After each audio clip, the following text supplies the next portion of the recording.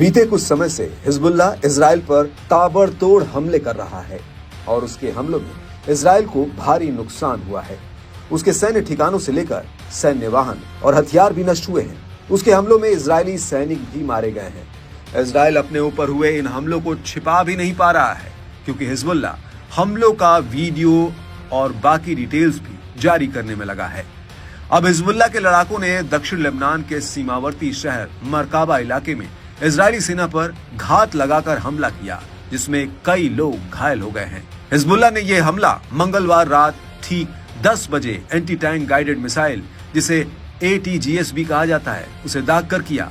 हमले के बाद इजराइल का बचाव दल घटनास्थल पर पहुंचकर इजरायली सैनिकों को निकालने और बचाने में जुट गया। तब आधे घंटे बाद ही हिजबुल्लाह के लड़ाकों ने बचाव दल पर भी ATGS मिसाइल दाग दी। इस हमले में इजरायली बचाव दल के लोग भी मारे गए और घायल हुए।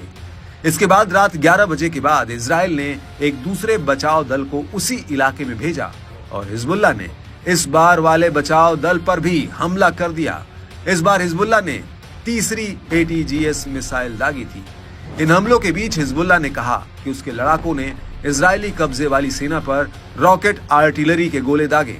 12 बजे के बाद किए गए इस रॉकेट हमले में इजरायली कब्जे वाली सेना के एक सभा स्थल को निशाना बनाया गया। लेबनान में हिजबुल्लाह इजरायली हमलों के खिलाफ जवाबी हमला देने में लगा हुआ है और अपने कब्जे वाले इलाकों को बचाने में लगा हुआ है। इससे पहले हिजबुल्लाह ने हाइफा ऑपरेशन के तहत कई इजरायली सैन्य ठिकानों पर हमला किया है।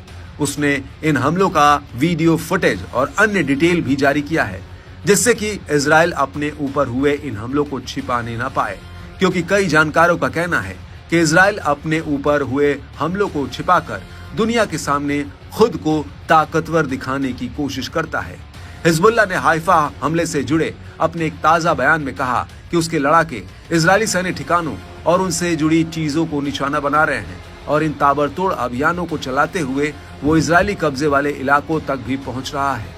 आपको बता दें कि हिजबुल्लाह ने 16 नवंबर को एक ही ऑपरेशन में हाइफा और कारमिल क्षेत्र में 5 इजरायली सैन्य ठिकानों पर हमला किया था। उसका दावा है कि इस हमले के बाद इन सैन्य ठिकानों के आसपास बसे कम से कम 3 लाख लोगों को विस्थापित होना पड़ा है। हिजबुल्लाह के हमलों और बयानों से तो यही पता चलता है कि वो समझौता तो कर सकता है, लेकिन हार मानने को तैयार नहीं है।